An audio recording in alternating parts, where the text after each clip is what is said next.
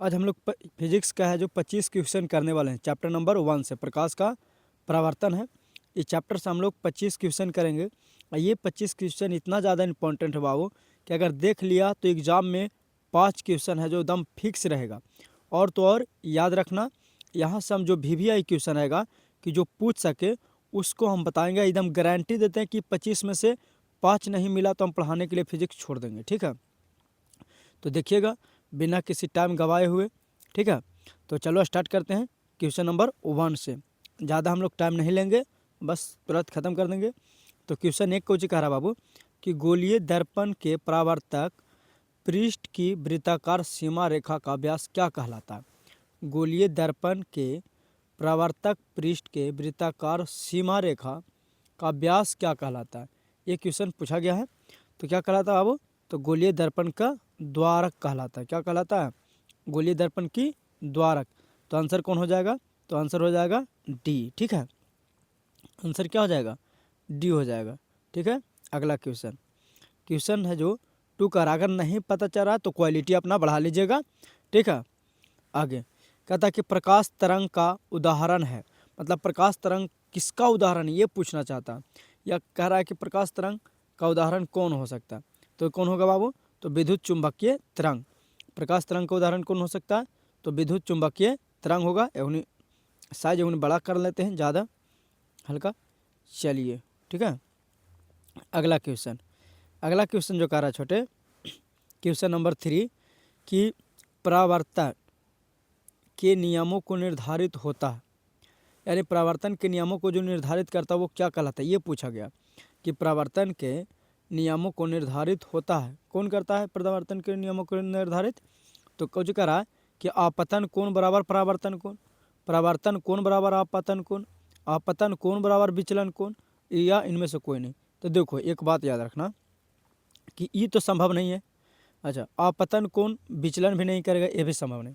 Confusion है दो गो में कि कौन होगा, ए होगा या बी होगा। तो कौन हो जाएगा बाबू, आपतन कोण बराबर परावर्तन कोण होता है। ठीक है, आपतन कोण यानी आई बराबर आर होता है। ठीक है, अगला क्वेश्चन, तो इसका कौन हो जाएगा, ए इज राइट आंसर।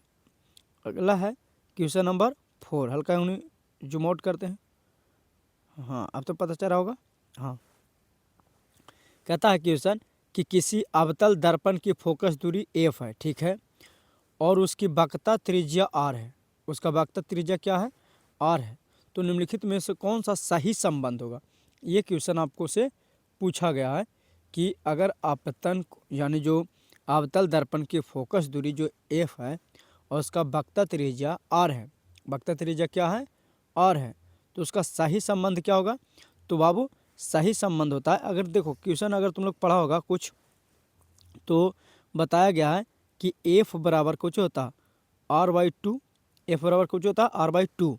ये अगर यही रहेगा तो ये भी मारना है, नहीं है ये वाला सब आर में है तो आर हमको लाना है। तो देखो एक कर देना है कुछ बटा, अब तिरछा तिरछा से कुछ कर देना है गुना। तो तिरछा तिरछा से जब गुना करेंगे बाबू तो आर बराबर कुछ हो जाएगा 2f, होगा कि ना होगा, आर बराबर कुछ हो जाएगा 2f। अभी देखना कि आर बराबर 2f कने है, आर बराबर कितना 2f किधर है, तो कौन सा है बाबू, बी। तो ये याद रखना। अगर मान लें कि अभी अगर ऐसे भी रहे कि f बराबर r/2, ये कल हम ग्रुप डी का एग्ज़ाम देने गए थे। ठीक है, ग्रुप डी का है जो कुछ था एग्ज़ाम था, ये क्वेश्चन ग्रुप डी में पूछा गया था फिजिक्स से। तो याद रखना यहाँ जो पढ़ेगा बाबू बेसिक वहाँ भी पूछा जाता है। तो एकदम सेम टू सेम क्वेश्चन यही था, कुछ भी चेंज नहीं थी। ठीक है, अगला क्वेश्चन, क्वेश्चन कह रहा है बब्बू कि अवतल दर्पण के समान वस्तु को कहाँ रखा जाए, यानी अवतल दर्पण के सामने, अवतल दर्पण मान लेते हैं कि एक कोची है अवतल दर्पण है, ठीक है, अवतल दर्पण के सामने एक वस्तु रखा जाए ताकि प्रतिबिंब उल्टा, वास्तविक और एक समान आकार के बने। तो बताओ कि हम जब अवतल दर्पण है, मान लेते हैं कि यह इसे दर्पण है, क्या है, एक दर्पण है, एक वस्तु, इसके सामने एक हम वस्तु रखें, ठीक है। अब बताओ कि वस्तु कहाँ रखा जाए ताकि प्रतिबिंब उल्टा बने, वास्तविक बने और दर्पण के आकार के बने। तो कहाँ रखा जाएगा तो बनेगा बाबू, तो ये बनेगा वक्ता केंद्र के पास। कहाँ रखेंगे, वक्ता केंद्र के पास। अगला क्वेश्चन है क्वालिटी कैसा है, एक और कमेंट कीजिएगा। अगर पता चल रहा है तो बहुत अच्छा, नहीं तो अपना क्वालिटी बढ़ा लीजिएगा, पढ़ाई पर इन्वेस्ट कीजिए, कोई दिक्कत नहीं। और कहिएगा तो महामैराथन ला देंगे, और सभी चीज़ें का प्लेलिस्ट बना हुआ है, आप प्लेलिस्ट में जा कर के देखिएगा और अपनी अच्छे से सभी वीडियो को समझिएगा। अगर समझ में नहीं आता तो कमेंट कीजिएगा, और कहिएगा तो सब्जेक्टिव भी लाएंगे। तो बायोलॉजी का पूरा ऑब्जेक्टिव सभी चैप्टरों को बना दिया गया है, फिजिक्स स्टार्ट कर दी गई है, फिर केमिस्ट्री स्टार्ट कर दी जाएगी, तो सब हो जाएगा। तो अपना देखिएगा आप प्लेलिस्ट में जा कर के। अगला क्वेश्चन है कि समतल दर्पण की फोकस दूरी होती है, बताओ समतल दर्पण की जो फोकस दूरी होती है वो कैसा होता है, कहाँ बनता है, ये भी बता सकता है। तो कहाँ बनता है बाबू, अनंत पर। समतल दर्पण की फोकस दूरी कहाँ बनती है, तो अनंत पर बनती है। चलो अगला क्वेश्चन, अगला क्वेश्चन है कि सर्च लाइट का परावर्तक सतह होता है। सर्च लाइट किसको कहते हैं, हम लोग सर्च लाइट टॉर्च को कहते हैं। किसको कहते हैं, टॉर्च को कहते हैं। सर्च लाइट है जो टॉर्च को कहते हैं। तो इसका जो परावर्तक सतह है वो कैसा होता है, उत्तल होता है, अवतल होता है, या समतल होता है, या इनमें से कोई नहीं होता है, बताओ। तो कौन सा हो जाएगा बाबू, तो ये हो जाएगा अवतल। कैसा हो जाएगा, अवतल दर्पण हो जाएगा। अगला क्वेश्चन, क्वेश्चन कह रहा था छोटे कि निम्नलिखित में किस माध्यम में प्रकाश की चाल सबसे अधिक होता है। कहता है कि किस माध्यम में प्रकाश की चाल सबसे अधिक होता है। तो कौन में बाबू, इस सब पढ़ा होगा, निर्वात में। तो निर्वात में कितना होता है, तो 10 अति सॉरी 1 मिनट रुक जा, 3 × 10⁻8 मीटर प्रति सेकंड होता है। अगर यही किलोमीटर में पूछे तो 3 लाख बताना। कितना, 3 लाख। कितना लाख बाबू, तो 3 लाख बताना है। 3 लाख किलोमीटर होता है, ठीक है, कोई दिक्कत। अच्छा, और सबसे कम किस्म होता है, ये सबसे कम होता है तो हीरा में बाबू। सबसे कम किस्म होता है हीरा में होता है, सबसे ज़्यादा निर्वात में। निर्वात किसको कहते हैं, तो जब देखो वायुमंडल से हम लोग जब बाहर निकलते हैं तो वायुमंडल के बाहर जो है वो पूरे कुछ कहलाता है, पृथ्वी से बाहर समझ लो। तो पृथ्वी से बाहर है जो पूरा कुछ है निर्वात है। निर्वात में हम लोग बाबू बिना ऑक्सीजन को नहीं जी सकते। निर्वात में हम लोग बिना ऑक्सीजन के जी नहीं पाएंगे, ठीक है।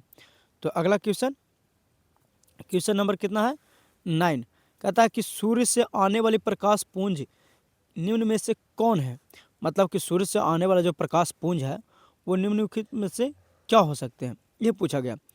तो जो आने वाला जो प्रकाश का किरण है वो बताओ तो कैसा होता है, अभिसरित प्रकाश पुंज होता है, समांतर प्रकाश पुंज होता है, कि अपसरित प्रकाश पुंज होता है, या इनमें से सभी होता है, बताओ कौन सा होगा। तो इसका आंसर हो जाएगा बाबू 9 का बी हो जाएगा। अगर धीरे लग रहा है तुम लोग तो उन्हें फास्ट कर लीजिएगा, ठीक है। अगला क्वेश्चन, प्रकाश की किरणें गमन करती है, मतलब प्रकाश के जो किरण गमन करते हैं, गमन मतलब कि चलना। जैसे मान लेते हैं कि प्रकाश के किरण आ रहा, तो ये जो गमन करते, ये दिशा नहीं पूछा गया है, पूछा गया कि किस दिशा में। तो ये तो होवे नहीं, दिशा तो मत पूछो, किसी भी दिशा में, तिरछी में, ठीक है, या सीधा में, किस में, तो किस दिशा में करता बाबू, तो हमेशा वो है जो याद रखना कि सीधी रेखा में। कौन सा रेखा में, तो सीधी रेखा में हमेशा गमन करते हैं, ठीक है। अगला क्वेश्चन है जो 11 नंबर क्वेश्चन को चुका रहा है बाबू, कि फोकस दूरी अगर 20 सेंटीमीटर, मतलब एफ 20 सेंटीमीटर है, याद रखना एफ कितना, 20 सेंटीमीटर, ठीक है। उसके बाद कहता है अवतल दर्पण की वक्रता त्रिज्या क्या होगा, मतलब आर, है ना, मतलब है कि कुछ पूछा गया, आर पूछा गया तुमको से, एफ दिले है, आर पूछा गया है, तो बताओ कैसे निकालेगा, कैसे निकालेगा। तो बस कुछ नहीं करना, आर बराबर क्या होता है, तो आर बराबर जानवे करता है कि 2f होता है, ये तो पढ़वे किया है छोटे। तो जब पढ़ा ही है तो बस 2 से गुना ही कर दो, तो कितना हो जाएगा, 40 सेंटीमीटर। बस नॉर्मल सी तो था, यानी सी इज राइट आंसर। अगला क्वेश्चन जो है बाबू, कहता है कि आँख, नाक, गला के चिकित्सक उपयोग में लाए जाने वाले दर्पण, मतलब कि अगर आँख खराब है, गला खराब है, तो ये नाक खराब है, तो जो डॉक्टरों द्वारा जो उपयोग किया जाता है वो कौन सा दर्पण का उपयोग किया जाता है, ये बाबू तुम लोगों से पूछा गया है छोटे, ठीक है। रहुआ लोग, हाँ तो ठीक है बानी, तो कितना हो जाएगा, तो ये समतल दर्पण हो जाएगा, यानी सी हो जाएगी, ठीक है।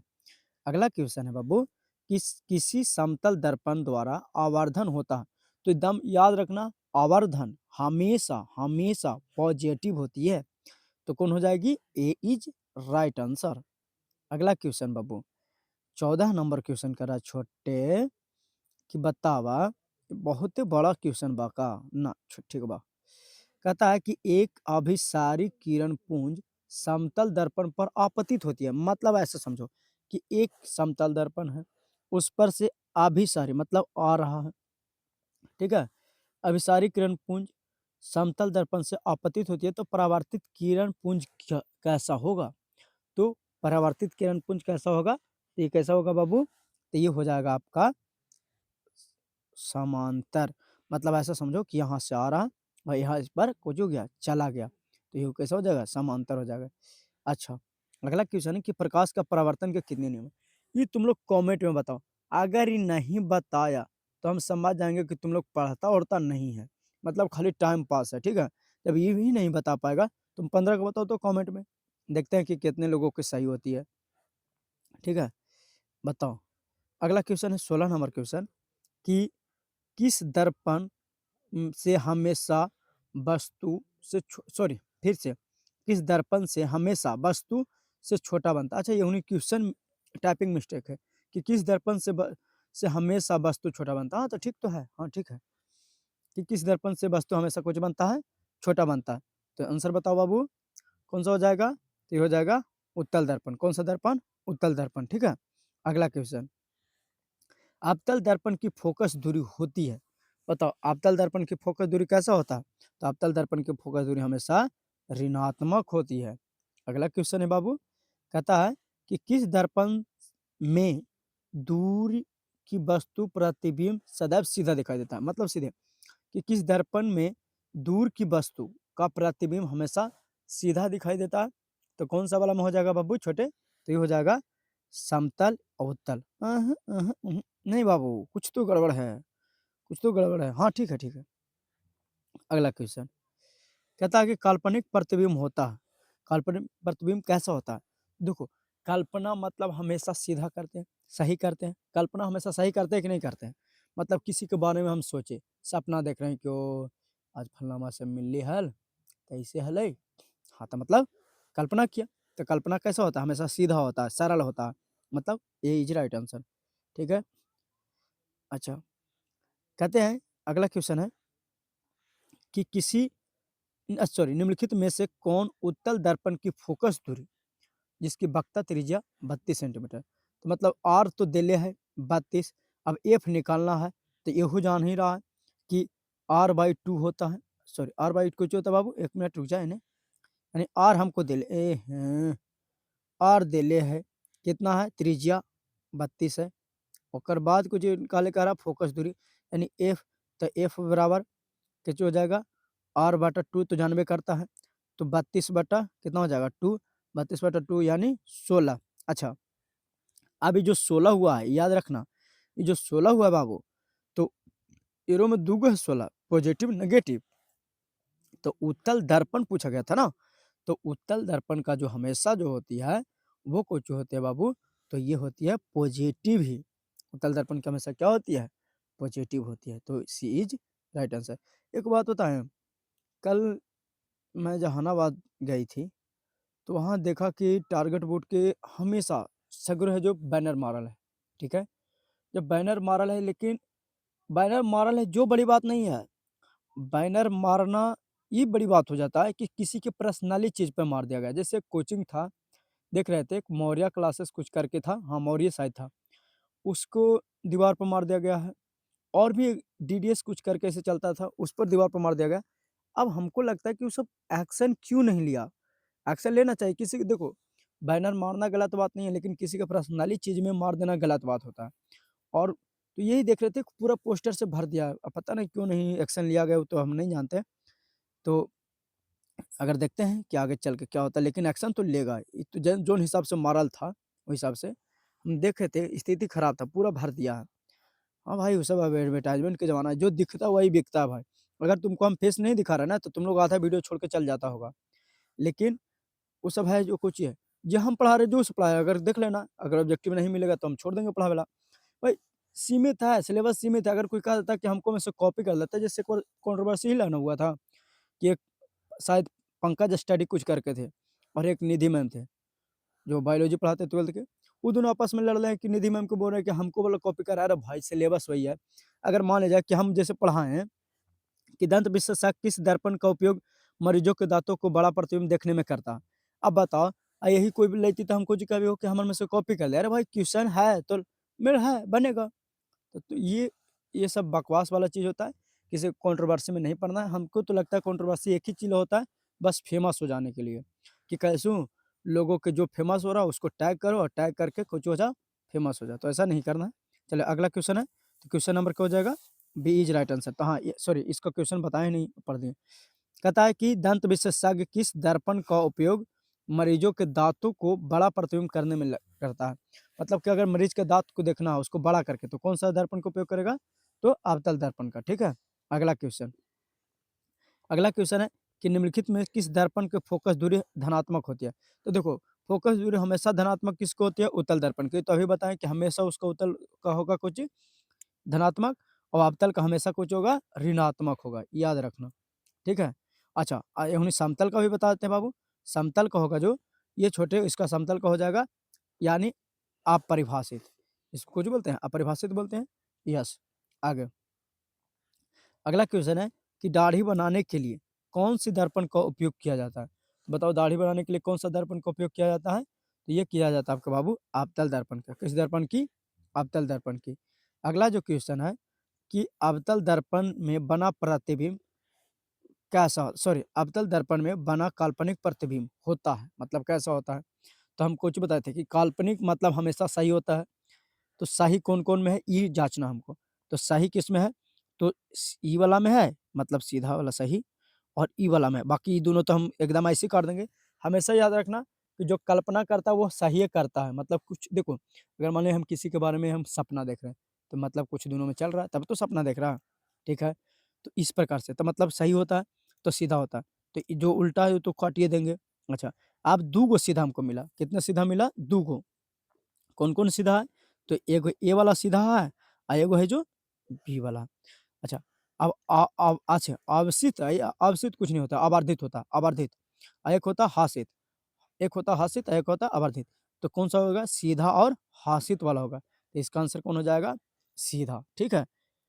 अगला क्वेश्चन, अच्छा सॉरी, दर्पण सूत्र का जो है, सूत्र का ऑप्शन नहीं दे पाए, तो इसका तुम लोग कमेंट में लिखो। यानी हमको कमेंट में बताना है 2 सवाल, एक 25 का और एक 15 का।